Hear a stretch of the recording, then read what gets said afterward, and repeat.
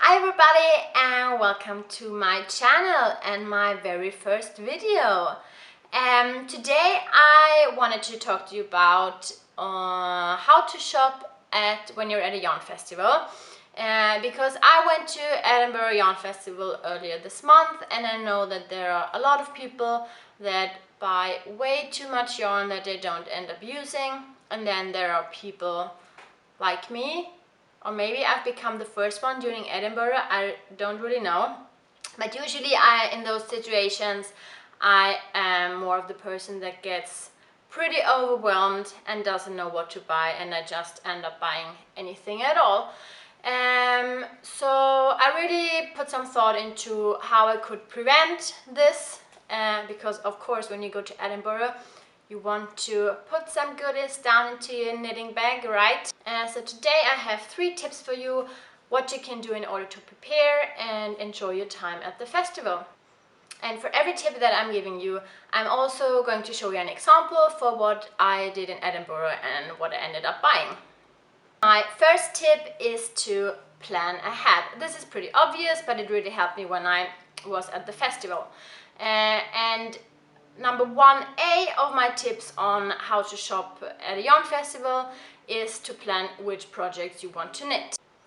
So when I planned ahead and planned which projects I wanted to make, one of them was the sweater Minamo, which was published in the Amirizu magazine in the winter issue 2017. And I just wanted a really plain sweater, and I knew exactly which color I wanted, which was, I thought, would kind of be an obstacle, because I was looking for this dark turquoise, green, bluish color. And I have a friend at the Knitting Cafe who has a sweater in exactly that color, and I saw it and it was spot on, and I really got this craving for this color.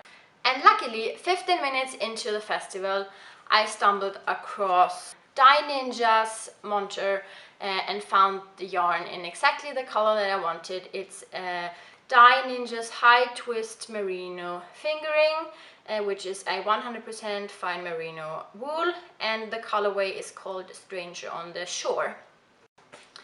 Another example for something that I really wanted to get was, of course, the magazine, which has the Minamo pattern in it, and I was really lucky that I found it at Isolda's monter. So I got this as well. And coming to my tip number 1B, so still plan ahead, but the second thing that I didn't do it too thoroughly, but the second tip is have a look at which monters you want to visit and maybe purchase something from. So I really knew I wanted to go to Isolda's stand.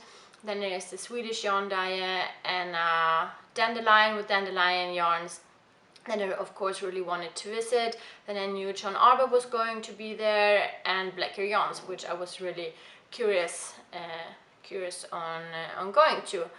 And an example for what I did when I went to Isolda's stand, I have been admiring her work for quite a while now, and I have seen her Belusse mitts. So when I was at the stand, I bought a yarn kit in her blend number 1 for knitting the mitts. So it was the blend number 1, which is a blend of merino, polwarth and swaddles fiber. And the one is the undyed one, and the other one is a mustard yellow orangey one, which I really like, and it's a sport weight. Another example was when I, as I mentioned, went to John Arbor. I found this beautiful skein of the Viola yarn, which is a DK weight 100% merino wool yarn in the colorway Shepherd's Warning, and I really fell in love with this, and I actually went back the second day and bought it eventually, because I thought about it even when I had left the festival and already had bought a little bit of yarn with me. My second tip for you today is to check your stash before you go to the festival.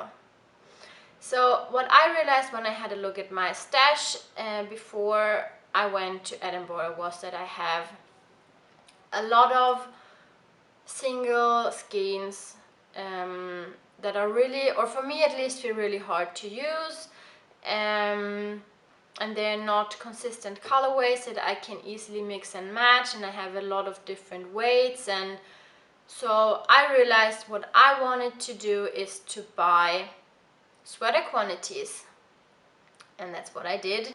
So actually I have two examples for this. The first one I wanted to show you is this beautiful Wednesday Days Blueface Leicester in this kind of a little bit dusty, minty color.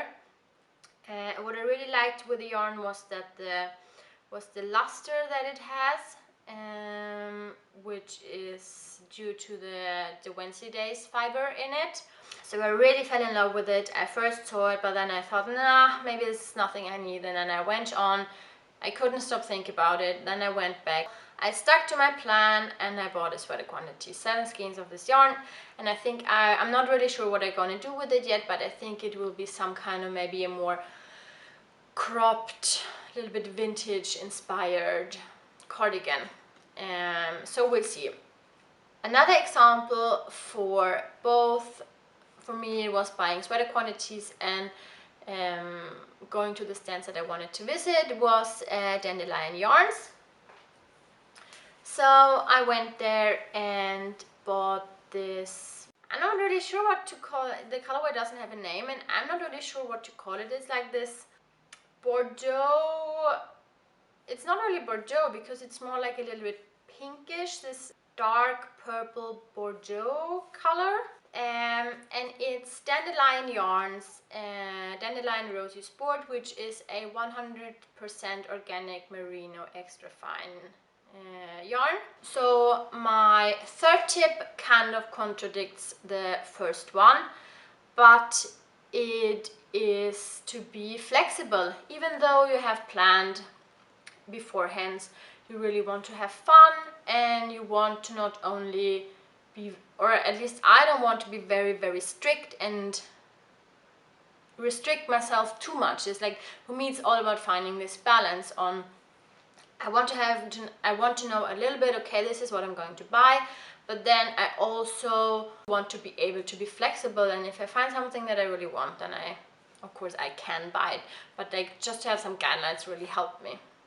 On my list that I had prepared on things that I wanted to buy was yarn for the Martinique Beach Cowl by Fiona Ellis, published by Pom Pom Press in her book Take Heart. And in the pattern it says that it's supposed to be a worsted weight yarn, but I went to the lovely booth of Pom Pom and talked to Sophie, and she said that a DK weight would be totally fine. So I thought, I'd just go for it. And then a second thing on my list was that I wanted to try Brooklyn Tweed's Arbor.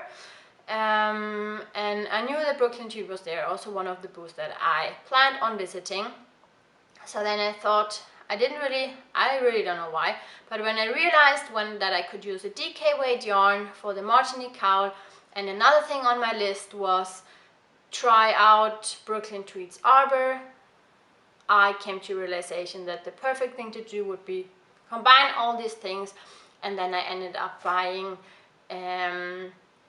4 colorways of Brooklyn Tweed's Arbor. So Brooklyn Tweed Arbor is a 100 American Targhee wool, which is a worsted spun wool, sourced in Montana and South Dakota, spun in Springvale, Maine, and dyed in Biddeford, Maine. I got this dark blue one, which is called, the colorway is called Fleet. Then I have a off-white, natural white one, which is called Hammock. Then I have a dark brown one which is called Loam, and then I also bought this mustard yellow again, which is called Klimt. Another example for being flexible was that the first workshop that I took on the weekend was with Felicity Ford, and during the workshop we worked with some colors that I really liked, and I knew that I wanted to continue with the swatch, so I went to the pearlescent booth and bought some Jamieson and Smith Shetland wool. So the first one was this red one, which is shade 1997. Then I bought a blue one, which is shade FC47, and then I bought a white one, which is shade number 1. So these are all of my tips that I had for you. I hope this can be helpful when you are going to a yarn festival and don't know how to prepare and how to what to do when you're at the festival and feel really overwhelmed. I am putting links to everything that I talked about down in the description box. I always wanted to do this move. I will put it down into the description box. Links to everything that I have talked about today. If you want to follow me if you want to check out my stuff on Ravelry, what I'm doing there, or on Instagram, can be found as Tabusen. If you would want to, please subscribe to my channel. I would be so happy and grateful. And I hope to see you in my next video. Bye!